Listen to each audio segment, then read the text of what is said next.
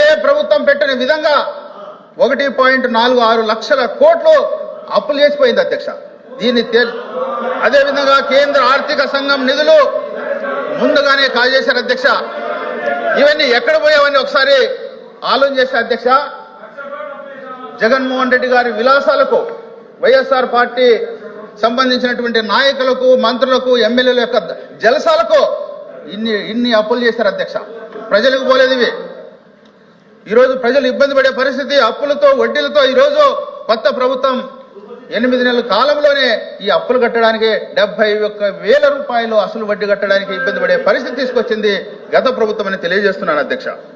అదేవిధంగా విద్యా అధ్యక్ష, ముఖ్యంగా ముఖ్యమంత్రిగా నారా చంద్రబాబు నాయుడు గారు ప్రమాణ స్వీకారం చేసిన వెంటనే విద్యారంగాన్ని బలోపేతం చేయడానికి 16,347 టీచర్లు భర్తీ చేయడానికి మెగా డిఎస్ సంబంధించి మొదటి సంతకం చేశారు అధ్యక్ష.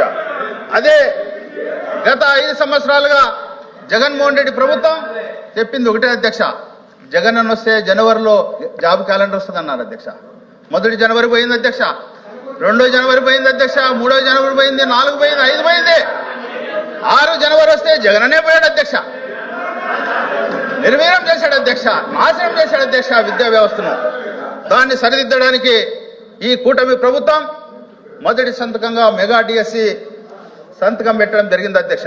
అదేవిధంగా మా విద్యాశాఖ మంత్రివర్యులు, యువ నాయకుడు, మా జాతీయ ప్రధాన కార్యదర్శి నారా లోకేష్ బాబు గారు విద్యార్థులకు పౌష్టికాహారం అవసరమనే ఉద్దేశంతో డొక్కా సీతమ్మ గారి మధ్యాహ్న భోజన పథకాన్ని ప్రారంభించి దేశంలో, రాష్ట్రంలో, ప్రపంచంలో ఎక్కడ లేని విధంగా మధ్యాహ్న భోజన పథకాన్ని కూడా ప్రవేశపెట్టడం జరిగింది అధ్యక్ష. అదేవిధంగా సర్వేపల్లి రాధాకృష్ణన్ మిత్ర సంఘం పేరున అధ్యక్ష ప్రభుత్వ పాఠశాలలకు సంబంధించి కిట్స్ పంపిణీ చేయడం జరిగింది అధ్యక్ష. అదే విధంగా అధ్యక్ష సాగునీరు సంబంధించి గవర్నరు గారు తన యొక్క ప్రసంగంలో కీలక అంశాలు స్పర్శించారు అధ్యక్ష. అందులో ముఖ్యమైన అధ్యక్ష, ఈ ఆంధ్రప్రదేశ్ సస్యశ్యామలం కావాలంటే ఆంధ్రలో జీవనాడైనటువంటి పోలవరం ప్రాజెక్టుకు సంబంధించి క్లియర్గా తమ యొక్క ప్రసంగంలో చెప్పారు అధ్యక్ష. 2014-19 నాటికి ఆనాటి టీడీపీ ప్రభుత్వం 11,537 కోట్లతో 72% పోలవరం ప్రాజెక్టు పూర్తి చేయడం జరిగింది అధ్యక్ష.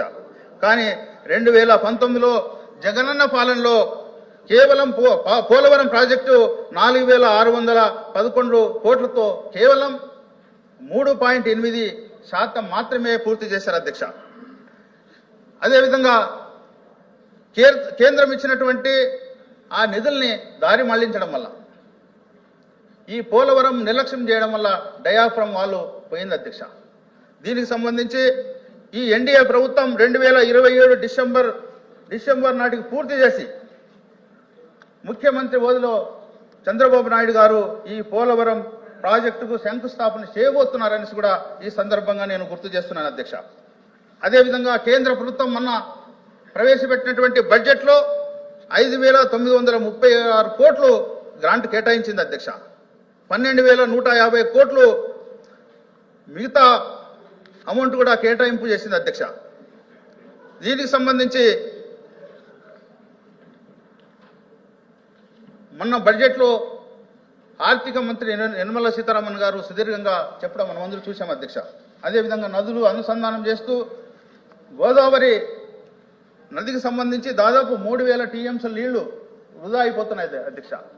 ఆ నీళ్లు వృధా కాకుండా నదులు అనుసంధానం చేస్తూ ఆనాటి ముఖ్యమంత్రి చంద్రబాబు నాయుడు గారు నదులు అనుసంధానం చేసి వెనుకబడినటువంటి రాయలసీమ, ఉత్తరాంధ్ర ప్రాంతాలకు అక్కడ ఉన్నటువంటి రైతుకు తాగునీరు అందించడానికి ఈ అనుసంధాన కార్యక్రమం ఉపయోగపడింది అధ్యక్ష. గత 5 సంవత్సరాలుగా వైఎస్ఆర్ ప్రభుత్వం ఈ అనుసంధాన రైతులకు ఉపయోగపడే నదుల అనుసంధాన కార్యక్రమాన్ని పూర్తిగా వదిలేసింది అధ్యక్ష. అదేవిధంగా పెట్టుబడులు అధ్యక్ష, ఇండస్ట్రీ సంబంధించి గత 5 సంవత్సరాలుగా వైఎస్ఆర్ పాలనలో జే ట్యాక్స్ పేరున అదేవిధంగా బెదిరింపుల కారణంగా ఇక్కడ ఉన్నటువంటి ఇండస్ట్రీస్ అన్ని కూడా వెళ్ళిపోయాయి అధ్యక్ష. అందులో ప్రధానంగా అమరాజు బ్యాటరీ, రిలయన్స్, టాటాకు సంబంధించినటువంటి ఎన్నో కంపెనీలు భయపడి పారిపోయాయి అధ్యక్ష.